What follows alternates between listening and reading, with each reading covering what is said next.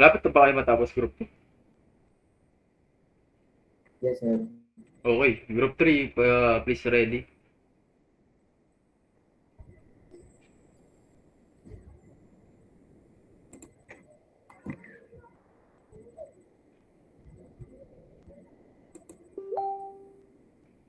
Good morning. Good morning, sir. Good morning, classmates. This is the continuation of our report, Group 2. Rating in the licensure examination, Section 17. To pass the licensure examination for criminologists, a candidate must obtain a weighted average rating of 75% and no grade less than 60% in any given subject. Ito po, para daw po makapasa sa criminologist licensure examination, uh, according to RA 11131, kailangan makakuha ng examinee ng general average at least 75% at kailangan niyang makakuha ng 60%, at least 60% sa lahat ng subject, sa aling subject po na sakop ng criminologist licensure examination. Examinee obtain a weighted average rating of 75% but has a grade below 60% in any of the subjects. The result of examination will be different. And po, kung ang examinee ay nakakuha ng 75% na general average, pero meron po siyang at least isang subject na hindi niya nakuha yung 60% na grade, siya po ay considered na deferred. Example po nito, kung halimbawang sa 6 na subject na yun, yung 5 po ay nakakuha ka ng 80% pataas sa 5 subject. Pero yung isang subject, nakakuha ka lang ng 40%. Kahit pa nakakuha ka ng 75% na general average dahil matataas na yung 5 subject. Pero kung mababa ka naman sa 60% sa isang subject, ikaw pa rin ay hindi agad-agad na considered na pasado. Ikaw ay considered na deferred only. Deferred examination only be allowed to retake once within 2 years from the date of examination and shall be required to obtain a grade not lower than 80%. Ang deferred examinee daw po ay pwede lamang i-retake yung binagsak ng subject na within 2 years. Kada natitake niya lang daw po yun, maghintay muna siya ng 2 taon bago niya ulit ma-retake yung subject na naibagsak niya. At pagka na-retake na po yun, na kailangan niya na makakuha ng 80% na hindi na po 60% sa subject na yun. Kailangan niya na po makakuha ng grade na 80% para po maipasa talaga yung examination. Reporter. Retake, Masabi mo, 2 taon ang anong gagawin? kailangan niya po maghintay, pwede lang po siya mag-retake pwede lang niya po i-retake yung particular subject na hindi na ibagsak niya within 2 years po. Akala ko kailangan niya pa maghintay. Sige, sige. If the examinee failed to retake after the lapse of 2 years or failed to get the passing mark of 80%, the examinee shall retake all the board subjects. Reporter, full screen mo. Full screen mo. Hindi na kami makita. Sir, naka-full screen po yan, sir. Hindi siya naka-full screen. Naka-slideshow siya. Wait lang po. Nabagal po yung internet eh.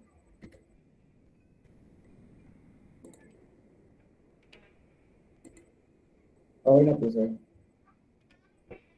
Wala akong makita.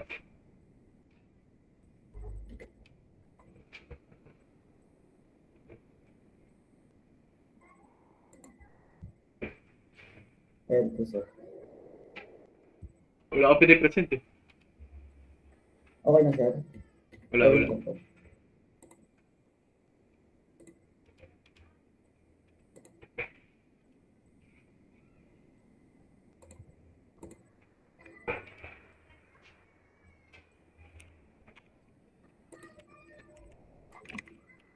Okay na po, sir.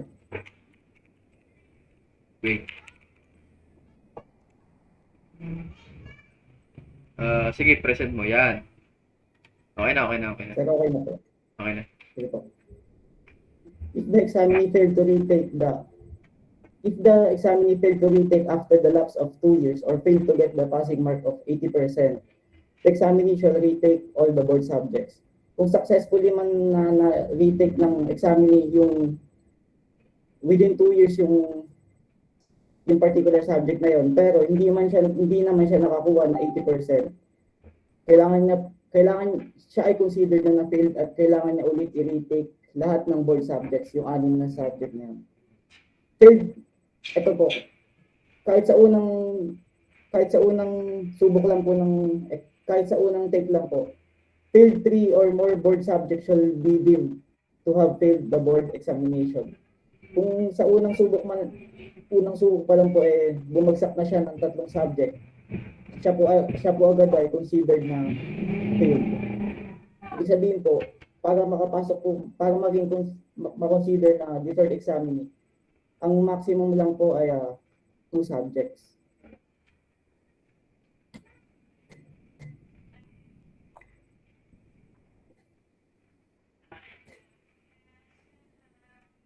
Next report.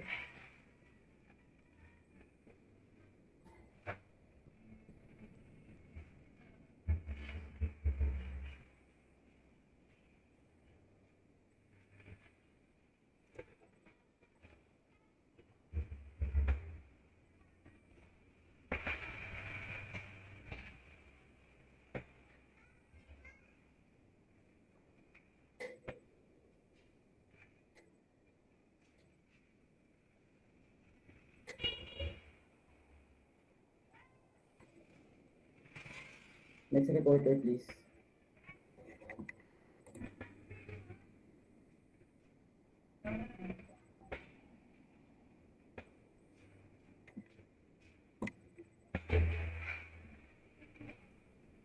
Wala yata yung tropa mo eh. Ikaw na lang mag-report pag wala yung tropa. Hayaan mo siya. Si Ponce yan, sir. Si Ponce.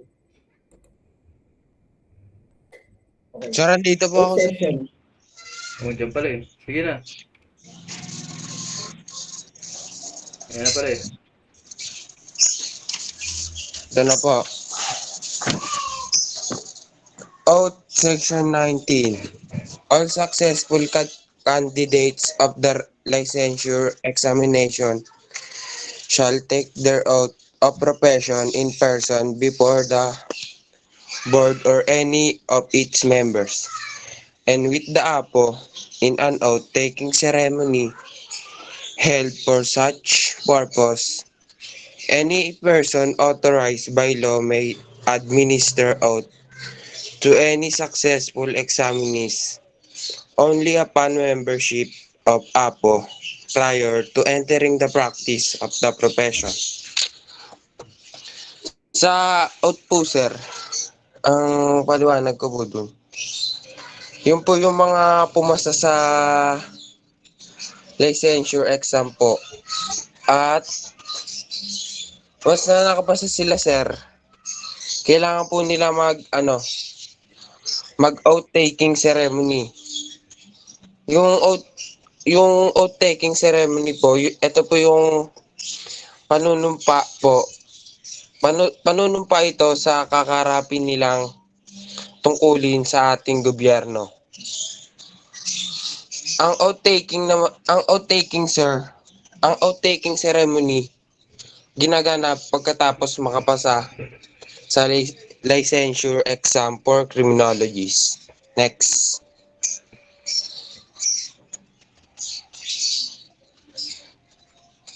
Preference of appointment in government, criminal justice, and other government institution.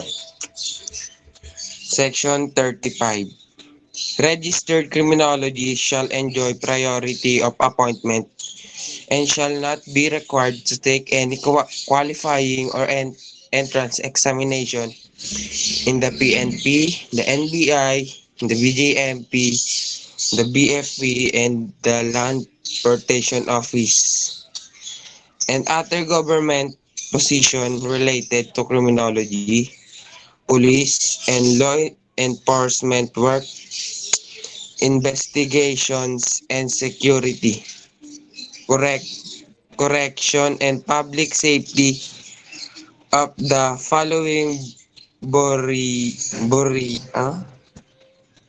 Boreas department, institution, or agencies of the government. So, ang preference of appointment naman po, sir. Di ba po, napasa na po yung licensure exam. Eh di, registered criminologist ka na.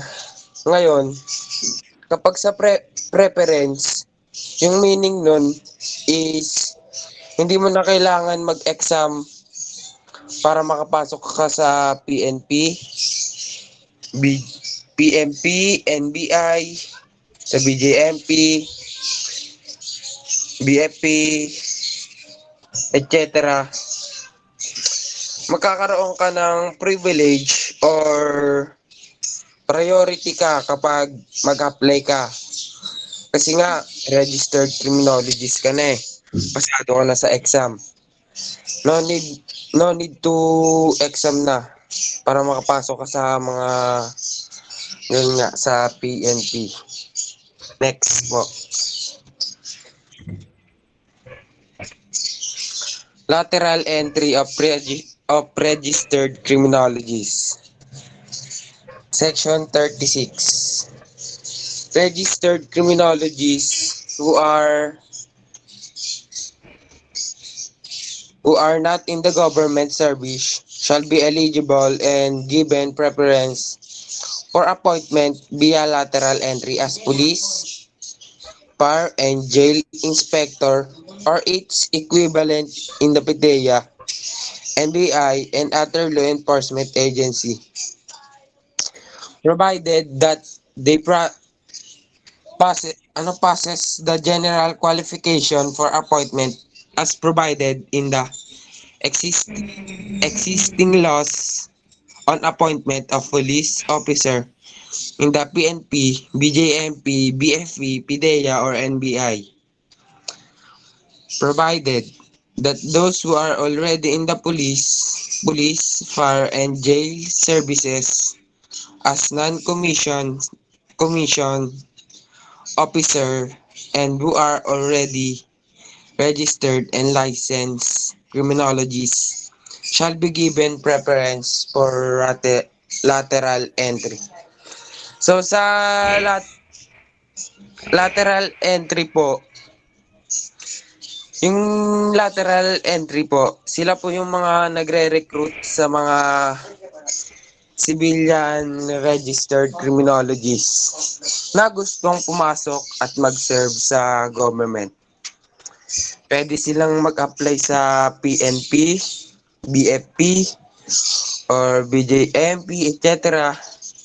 Sila ay qualified na at priority bilateral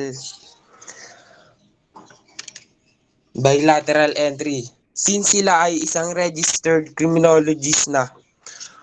Bukod pa doon sa RA 1131 Section 36, pwede silang mag-apply agad sa mga ranggo.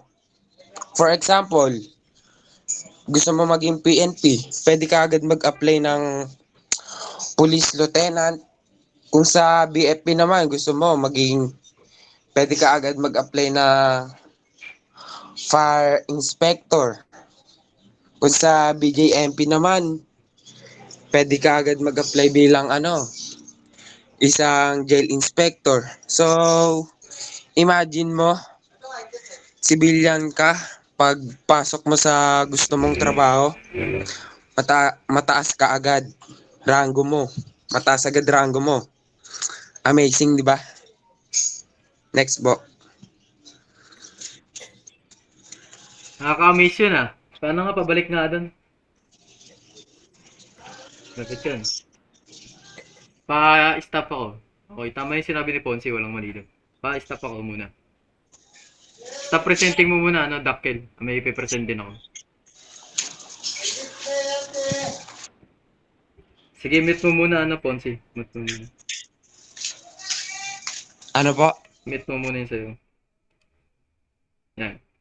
Okay, doon tayo dun sa sinabi ni Ponce sa 11131 or the preference for having a lateral entry. Lateral entry is one of the key method para makapasok sa police commission officer. Dalawang bagay po kasi yan, no? We have non-commissioned officer and commissioned officer.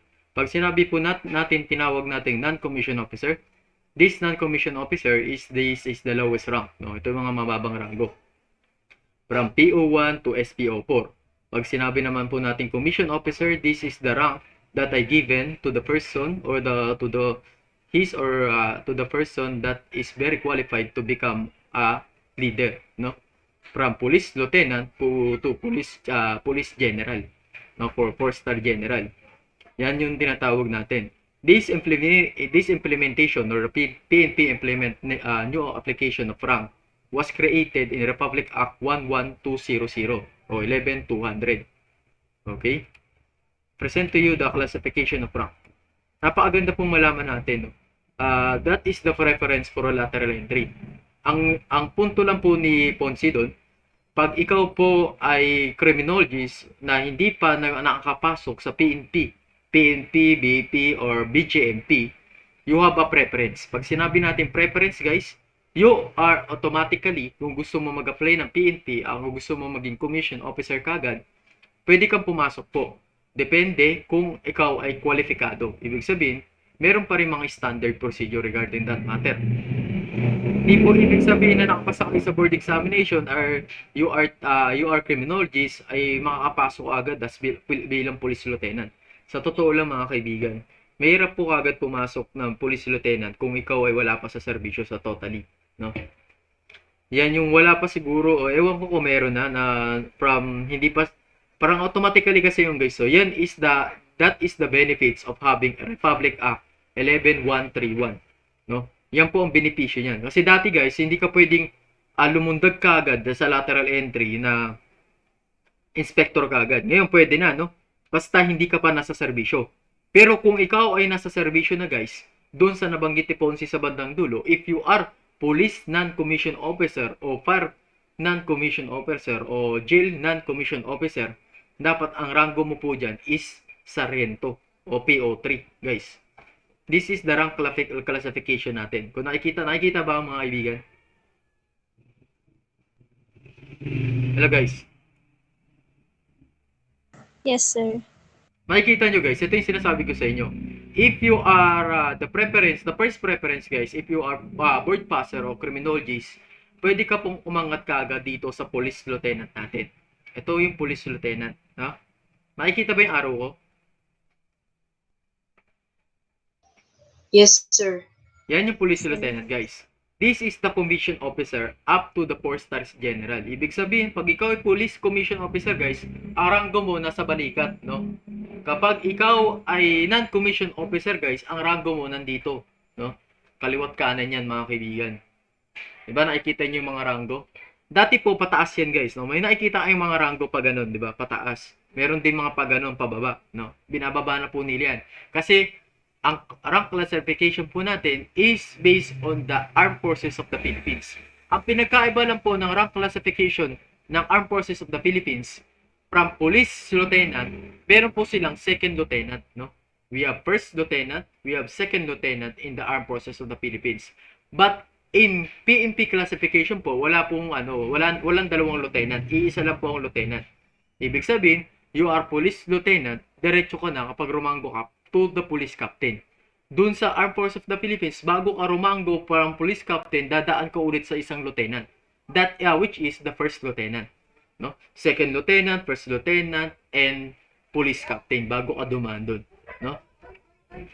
The privilege of being a rank classification or being a police commission officer, no, mataas ang rango mo at mas mataas po ang sahod dyan. No? Kung ang sahod natin dito sa PO1 or patrolman o patrolwoman ay 37,000 basic salary, ang basic salary po natin is 29,000. Ang gross salary po natin is 37,000. Pag sinabi po natin gross salary, ito po yung pinaka-total ng sahod mo. Pero nagiging 29,000 na po siya dahil binabawasan po yung mga benepisyo nyo, no? For example, GSAS, PhilHealth, Pag-ibig, and other and taxes that you need to pay to the government, no? 37,000 talaga totally sahod, pero binabawas because of the benefits, no? And kung ikaw ay police lieutenant, the salary that you can get this is from above 49,000 or 50,000 above Mataas po ang sahod yan. Pero kapag ikaw ay police commission officer, the the duties and responsibilities na po yung tinatawag natin mga kaibigan ay talagang malala, no? Ibig sabihin, marami ka pong mga duties and responsibilities dito. Hindi pa kaysa kay PO1 kasi si PO1 susunod lang po yan sa mga nakakataas sa kanya. Pero like always said guys, no, ang ating mga commission officer ay karaniwan pong graduate ng mga academy, no? Kung mapapansin po natin ang mga 4-star general natin, graduate po ng PMA yan, Philippine Military Academy. Wala pa pong graduate ng PNPA naging 4-star general kasi tinatapos pa po ang mga termino ng mga PMA year, no? Kasi may hiwalay na batas po na nagpatupad na dapat ang PMA year ay dun lang sa Armed Forces of the Philippines. Ito po ay hiniwalay regarding that matter, the Republic Act 6975 or the Republic Act 8551, the enhancements of 6975. Ang daming batas, no, mga kaibigan. Marami talagang batas na kailangan yung pag-aralan. You need to familiarize, no? You don't need to memorize, but you need to familiarize. Kasi sa totoo lang, sa dami ng batas, mayroong mga bagay na nakakalimutan natin. The opportunity that you given to us, or the opportunity to having a criminology courses, if you want to pursue in the law, kung gusto niyo mag-pursue ng pagiging abogado, pwede talaga guys, no? Kasi tayo ay nag-aaral ng mga batas patungkol sa pagbatas ng Pilipinas. Okay? Yan, Police Lieutenant Colonel, Police Captain, Police Major, Police Colonel, yan. Pag ito ng rango mo guys, ito, matataas na po ang rango na yan, no? Ibig sabihin, mga bata niya lang to guys, no? Ito yung mga rango, no? Kung gusto mo umabot ng 1-star general, pwede naman yan guys, no? Basta, ang rango mo, ay dapat, yan, mag-lateral entry ka hanggang umabot ka ng Police Lieutenant Colonel at tapos mag-aaral ka pa niyan guys, no? Meron pong rank classification and rank year kung paano ka mapopromote kasi hindi ka po mapopromote mga kaibigan kung wala ka ring study, no? Hindi natatapos ang pag-aaral nyo sa loob ng 4 na taon o 5 taon dito sa kolehiyo. 5 taon, paano ko nasabi? Because you are preparing for board examination. Hindi po kayo basta-basta magtitake ng board examination. They are preparing for board examination. Limitless, pwedeng umabot ng 6 months o pwedeng umabot ng 1 taon ng pag-prepare para sa board examination. Yan yung totoo. Kaya 5 taon ng kurso natin, no? And upon the recommendation, if you are, meron po akong kilala, may kilala po ako from PO1 to naging Police Lieutenant Colonel. Teacher po namin siya sa Masteral, no? Professor ko sa Masteral, guys. Ang lupit, from PO1 to Police Lieutenant Colonel. Ibig sabihin nyo guys, dumaan talaga siya sa pinakamababa bago siya dumaan dito. Magki-kernel na yun guys, full-fledged kernel na yun kasi kailangan niya lang mag-aral ulit para maging full-fledged kernel. At pag umabot siya sa Police General, napakalupit na yun, no? Yan po ang mga pribileyo pagdating sa ating mga PNP classification. And always remember guys, the Republic Act 11200. Yan po ang nag-amend dito. An act providing the rank classification ng the Philippine National Police or amending for the purpose of Section 28 of the Republic Act number 6975 as amended under was the Department of Material and Local Government Act of 1990. So, 6975, binis po dito si Republic Act 11200. Kaya nabuo po si New PNP Rank Classification. Ang nagpanukala po ng batas na ito o siyang nagrekomenda sa ating mga senado at sa ating mga senador at mga Congress is Ping Lacson, Senador Ping Lacson po. Kasi siya ay naging 4-star general din during the time of administration of Erap Estrada. Kaya po, yan po ang panukala po kasi dito mga kaibigan. Kasi according to the law, pag PO1 kasi medyo hindi maganda daw pakinggan kasi police officer 1, no? So nagbabase pala ang rank depende sa numero ng dulo, no? PO3, SPO2. Kaya iniba po nila yan, no? Meron senior master sergeant, we have police senior master sergeant, no? Ang hirap nga lang bigkasin minsan. Pero ang tao kasi mas madali sa kanilang bigasin kung nakikita nila, PO3 o SPO1, no? Madali sa kanilang bigasin yun. Pero the rank classification and the purpose of our study, you need to focus and you need to know the rank classification itself, no? Kailangan niyo siyang i-memorize guys kasi pagdating po ng mga qualifying examination, lalabas po si mga rango. Paborito ko itong mga rango dati yung college day ako. Alam ko yung rango. Naipagtalo pa ako dati sa professor ko dati. Kasi pinipilit niya yung gusto niya, no? Sabi niya, si PO2 daw is si ano, ah, si police officer 2 is sargento. Corporal po siya, no? Yun. Minsan kailangan mo rin may pagtalo para malaman nila kung ano ba yung tama sa mali. No? Hindi minsan kasi guys, tandaan nyo, there's always time na meron talagang pagkakamali, no? Ang isang teacher natin. Pero in a good way, kailangan din natin sabihin sa kanila para hindi naman, huwag nyo sasabihin na, uy, mali ka dyan, sir. No. You need to be a very respectable way. Okay? I hope you understand the rank classification of our Philippine country. Okay, present mo ulit, ano, presenter yun, ano, yun sa'yo.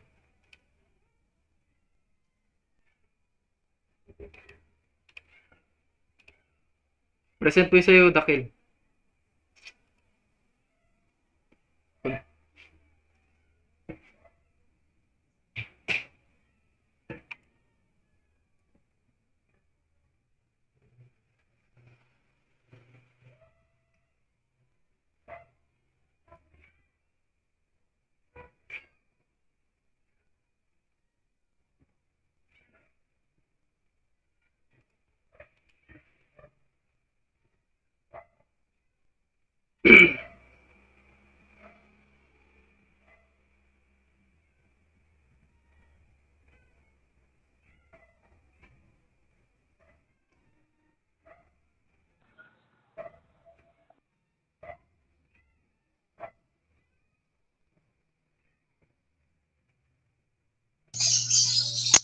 Penal clause. Section 36. After a fine of not less than 100,000 pesos, nor more than 500,000 pesos. Imprisonment for not less than 2 years and 1 day, nor more than 6 years, or both at the discretion of the court. Next.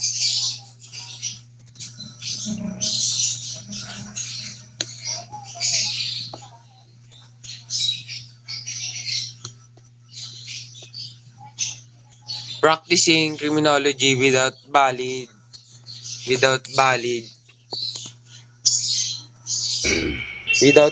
certificate of registration, labo dia,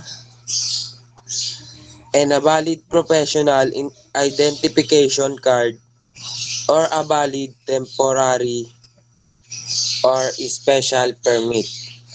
Attempting to use the seal certificate of registration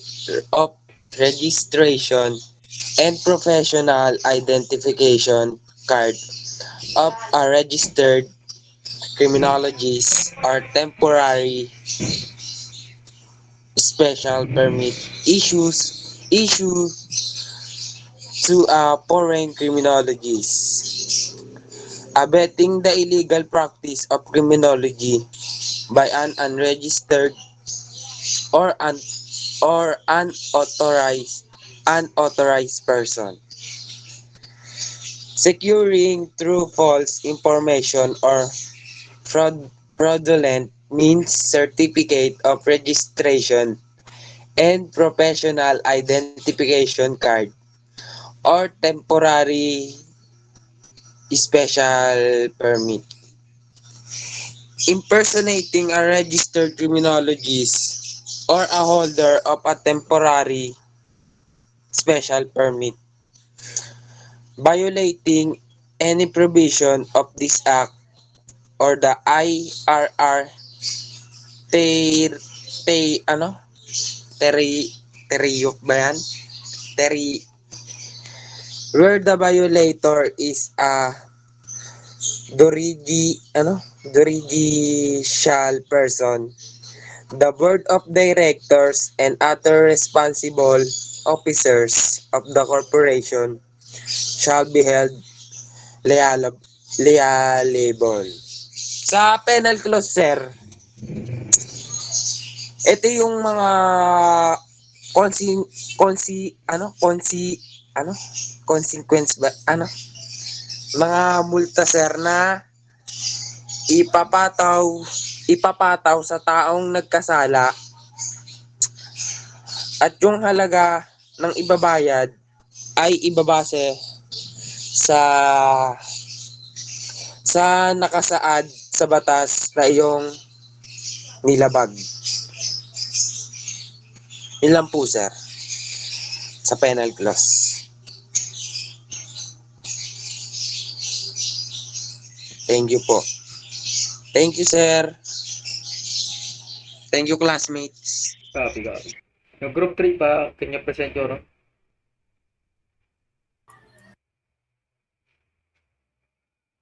group 3? Sir, wait lang po.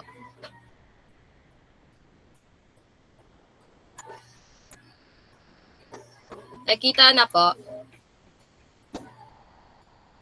Nakita na po ba yung screen? Oh boy. Copy, copy. So, so ngayon tapos na yung overview on the study of criminology. Ngayon naman ay tumungo tayo sa aming i-report. Introduction to Criminology Reporting by Group 3. So, ang i-report namin ngayon is Fundamental Concepts and Principles of Criminology. Loud and clear ba, class? Guys? Loud and clear. Yes po. Oo. Okay. Yes, thank you.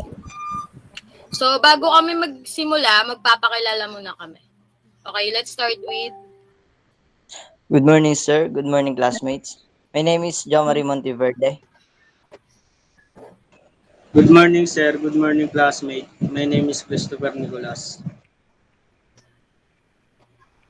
I am Katrina Grace Magallanes. My name is Jay Andres Manyo. Good morning everyone. I am Mark Joseph Matamis. So, ngayon naman, may I call on Presenter Jomari Monteverde for his report. Good morning again.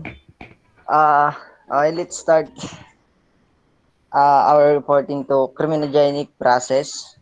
Are characteristic traits, problems, issue of an individuals that directly relate to the individual's livelihood to reoffend and commit another crimes.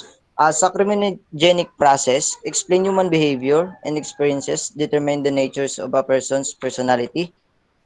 Sa criminogenic process, pagdating dito ay kailangan nating pag-aralan ang ugali ng tao, kung paano ba siya nakikisama sa kanyang paligid, kung ito ba ay nakakaapekto upang siya ay gumawa ng krimen. Next is criminal psychodynamics. It does not see the criminal eye to eye with the public and the law as a virtuous individual for whom the only treatment is punishment. Sa criminogenic process, study of mental process of criminals and actions, dito naman pumapasok ang tinatawag natin MIO. Oo, tama, MIO. Pumapasok ang motive kapag ikaw ay naglalantaran ay isa kang mayaman tao, nagkakaroon ng intensyon ng isang kriminal sa'yo, at opportunity kapag ikaw ay pumunta sa ay pumunta sa lugar na walang masyadong tao, doon nagkakaroon ng opportunity ang kriminal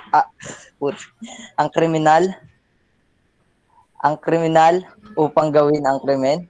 At sa criminogenic process, dito din natin napag-aaralan kung paano mag-isip ang mga kriminal. Okay, next is Wait lang, Jomari. Wait lang. Sir, clarification lang po sa sinabi ni Be. Jomari. Yung MIO po, dun po Pagkain. dapat po siya papasok sa criminal psychodynamics Ano? po. Yung paano ba pag-iisip po ng Klase pa criminal. kami hanggang 12 eh. Ayun po. sorry. Next is, thank you, Katrina. Next is cultural conflict. Sa cultural conflict naman po cultural conflict is a type of conflict that occurs when different cultures, values, and beliefs clash. Cultural conflict, kadalasan ay dito ay nagkakaroon ng cultural conflict especially sa language. Kasi syempre pag hindi kayo nagkakaintindihan, for example, magkaiba kayo ng lengguwahe, ikaw ay nagsasabi ng maganda sa iyo tapos yung kausap mo hindi kayo nagkakaintindihan, doon nagkakaroon ng between doon nagkakaroon ng clash. And sa tradition, sa mga nakasanayan ng gawin, for example, ikaw ay dumayo tapos hindi mo sinunod yung yung kanilang tradition or nakasanayang gawin, at doon din nagkakaroon ng clash. Yun lang. And next is machoism. Machoism is getting sexual or emotional pleasure from being mistreated or mentally or physical abuse. Sa masochism, ito naman yung mga tao gustong-gusto nilang sinasaktan sila habang nakikipagtalik, or mas gustong-gusto nila yung mga sinasakal-sakal sila, pinapalo-palo. Yun doon nila nalalabas yung kanilang pleasure. Next slide please. Kleptomania. It's the recurrent inability to resist urge to steal items that you generally don't really need and that usually have little value. Yung kleptomania naman, kleptomaniac, ito naman yung mga mga sakit na talaga nila. Kumbaga kahit hindi naman malaking value yun, or kunwari, for example, yung mga laruan lang. So, kumbaga, kailangan, yung kahit mga laruan lang, hindi naman gaano kalaki ang value yun, ay kinukuha pa rin or ninanakaw pa rin nila kasi ito na yung hindi nila makontrol yung kanilang stealing ability. Hindi na nila kayang kontrolin. Kumbaga, parang na talaga nila yun. Parang sakit. Next is sadism.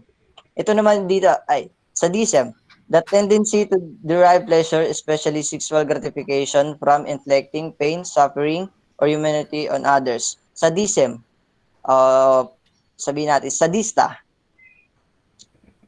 Yung sadism, ito yung kabaliktaran ng masochism. Kung sa masochism ay mas gustong-gusto nila sinasaktan sila. Ang sadism naman ay ito naman yung gustong-gusto nila sinasaktan yung partner nila, at doon din nila nalalabas yung pleasure nila. Yun lang po yun, sir, and let's proceed to the next reporter. Okay, Thank you. thank you presenter Jo Marie Metaverde. Now, ngayon naman, may I call on presenter Christopher Nicolas for his report. Good morning, sir. Okay. Wait lang. Hallucination are sensory experiences that appear real but are created by your mind. Ito naman po, sir, yung gumagawa sila ng imahe sa nila. Gumagawa sila ng tao sa imahinasyon nila. Bali, naghanap sila ng libangan na parang kung alimbawa na lang neto, sir, yung mga rugby boy, kung familiar kayo, gumagawa sila ng pagkatapos nila mag-rugby, nakakita sila ng kung ano-ano, halimbawa, dragon, pinapalabas nila yung dragon, tapos inaalagaan nila kuno-kuno, ganun. Ayun, sir, ayun halimbawa ng hallucination. Tapos sa delusion naman, ito yung false belief, wait lang. A delusion is a belief that is clearly false and that indicates an abnormality in the effect, person's content of thought. Ito naman, sir, yung yung pag tumingin ka sa salamin, feeling mo, pogi mo, tapos kamukha mo si Marlo, yung ganun, sir. Tapos, feeling mo, laki ng katawan mo, tapos kasing payat mo lang naman yung sa, larva. Yung mga ganun, sir, yung maling paniniwala sa sarili. Ganon. Parang nagkakaroon sila ng paranoid disorder. Sa episodic crimes are serial crimes. They are committed by serial of act within a lengthy space of time. May isa pa po siyang definition, sir. Ito po yung isa niyang definition. Sa libro po, kukunin ko lang. Ito po. A non-criminal person who commits a crime when under extreme emotional stress. Ito sir yung pag na-stress sila na na di-depress, nakakommit sila ng crime nang di nila sinasadya or depende o sinasadya nila. Tapos after nun, pagkatapos sila gumawa ng crime, doon napapasok sir yung definition namin dito sa aming tawag dito presentation. Magiging serial crime bali pagkatapos niya gumawa ng ng dahil sa emotional stress, makakagawa siya ulit pag nakaramdam siya ulit ng ganong emotion. Bali papasok na doon sir ang paulit-ulit na paggawa ng krimen. Inheritance. Dito sir, the act of getting by legal right from a person at his or her death or through hereditary. Yung sir, inheritance at hereditary, may similarity po sila. Sir, yung ito po yung namamana ng genes sa mga magulang nila. Halimbawa na lang po na yung pagiging masayain, cheerful, gloomy, tapos yung mga katangian matalino, yung mga ganun sir, pagiging maputi, matangkad, naumana po nila sa magulang nila. Tapos erotomania.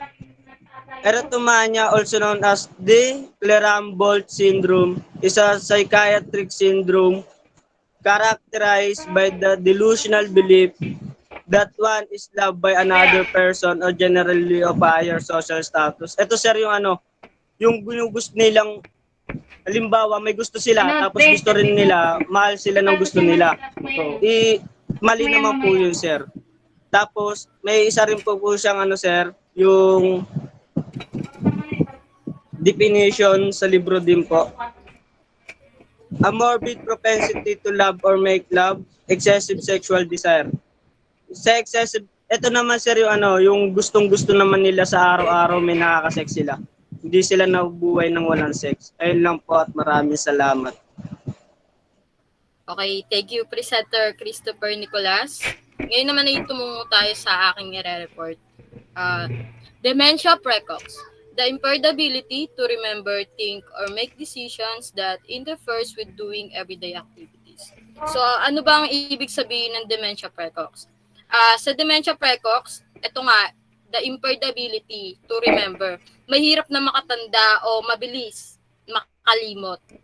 Nakaka-apekto ito sa mga araw-araw niya na gawain kasi minsan may gagawin siya pero nakakalimutan niya na. Parang gano'n. And dementia, from the word, meaning ng dementia is loss of memory and precox, very early. May similarity rin to sa schizophrenia. Ganon. Para decision na umaapekto sa utak natin. Okay. Melancholia. In modern medicine, the word melancholia only refers to mental and affective symptoms of depression. So, yung melancholia, kabaliktaran siya ng megalomania. So, sa megalomania, think that they have great or unlimited power. Yung feeling nila, sobrang lakas nila. Yung para silang hyper, kung tawagin. Parang gano'n. Pero sa melancholia, siya, yung naisip niya na lagi siya mag-isa, mas prepare niya pang mag-isa. Parang gano'n. And necrophilism, an irresistible sexual attraction to dead bodies. Trivia lang guys. Hindi naman siya totaling trivia, pero alam niyo ba dati na noong March 9, 2010, nagkaroon na tayo ng isang case ng necrophilism. Sabi dito, corpse of female teacher was found upside down and their underwear was placed on her head. Imagine niyo, 'di ba? Patay na yung tao tapos nagkakaroon pa rin sila ng sexual desire sa patay na tao na yun. And anthropology, the study of humanity through the application of biology, cultural studies, archaeology, linguistics, and other social other social sciences. So, sa anthropology, ito yung pinagmulan ng humanity. So, kung nanonood kayo ng One Piece, meron doon isang character, si Robin. Si Robin, isa siyang archaeologist na pinag-aaralan niya yung mga dating artifacts na pinagmulan ng kung ano-anong mga bagay nung sinaunang taon. 'Di ba? Kaya niyang basahin yung mga sinaunang word. Kaya niyang i-translate. Okay, next. Stop ko na, reporter. Autophobia. Reporter. Sige po, sir. Sige po. Ako naman. Okay guys, nanonood ako ng One Piece, alam ko yan. Ang ganda yan, si Robin. One of my favorite anime, One Piece. Okay, wait lang guys.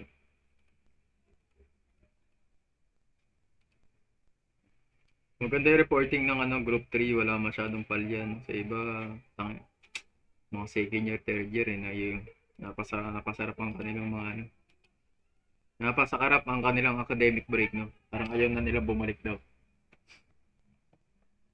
Okay? It depends on you, no? I present to you kinuha ko kasi kay Divine yung mga record nyo regarding our grades.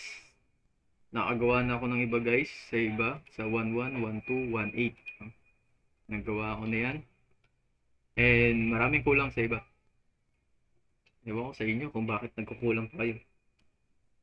Ito guys, nakikita nyo ba yan?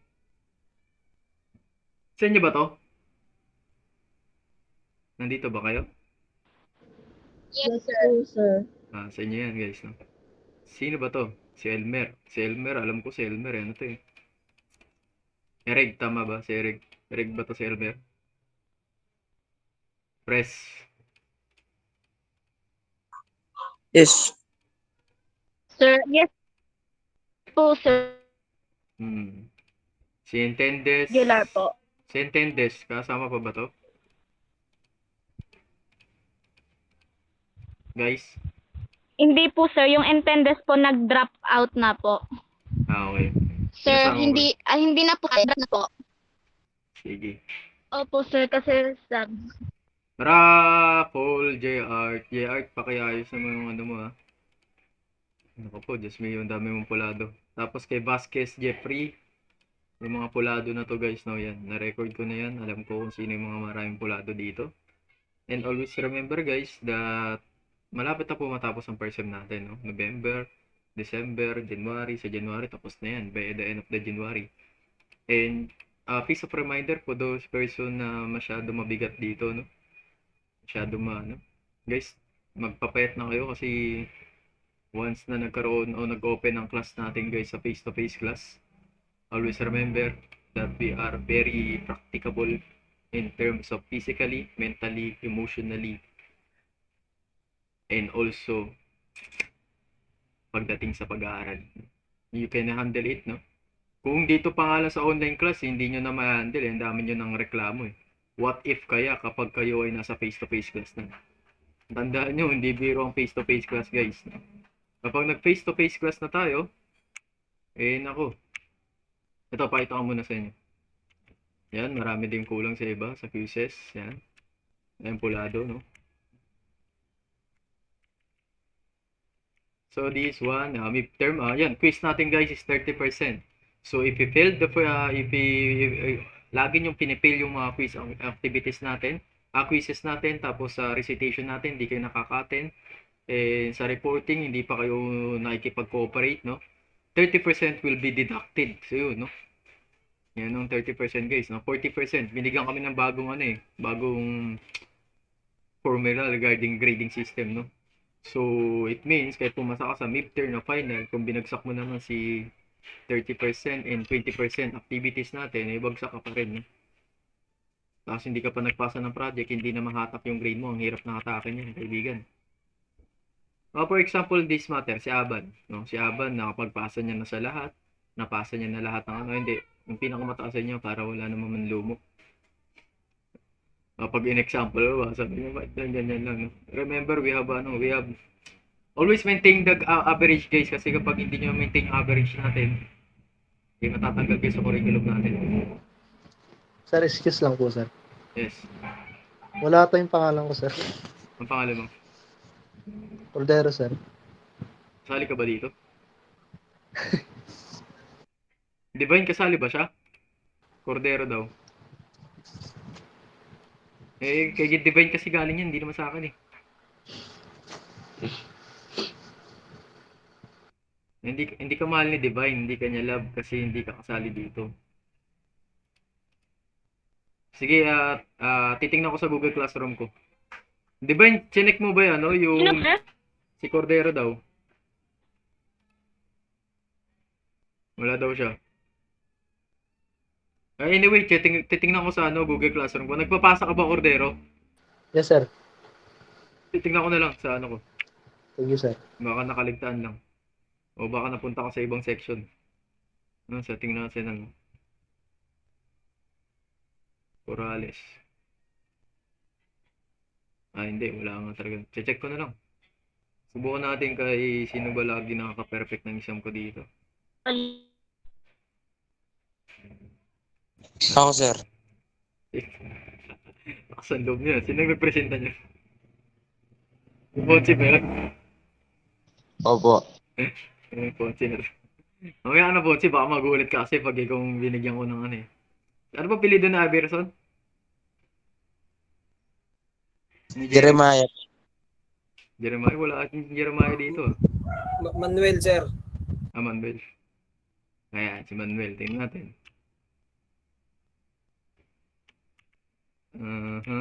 Yan. 2.75 na siya guys, oh. Ibig sabihin, pasado na yan.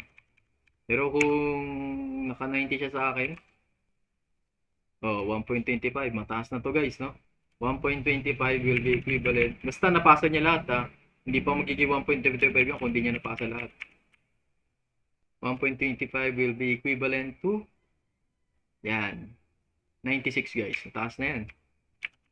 Basta napasa niya lahat. Si Ponzi, sige Ponzi. Gusto mo rin pala makita eh. Tingnan natin. Walang problema sa akin yun. Ang pilido mo Ponzi? Peñaranda. Yan, 87. Sabi yan, sir. Basta papasa niyo pa rin lahat guys. No? Kapag hindi niyo pinasa. Ay, 4 ka pa dito Ponzi oh. Ibig sabihin, INC pa yan. Pero sige, subukan natin 90. Uy, umabot ka sa 2. No? 100 mo. 1.75. I-perfect mo yung exam ko sa final para maano ka. Pasado ka talaga. Pero pasado yung dos. Ang dos ko is 86. Yun. Pero hindi pa yan totally kapag hindi nyo pa napasa yung activities and quiz hindi pa natapos. No? Mag-iiba yun guys, sa totoo lang. Meron ako nakita mong nagiging plot 1 dito eh. Kay Divine yata yun. Ito si Divine kasi si Divine binigyan ko siya ng incentive guys kasi siya yung mga pinapagawa ko dito sa nyo.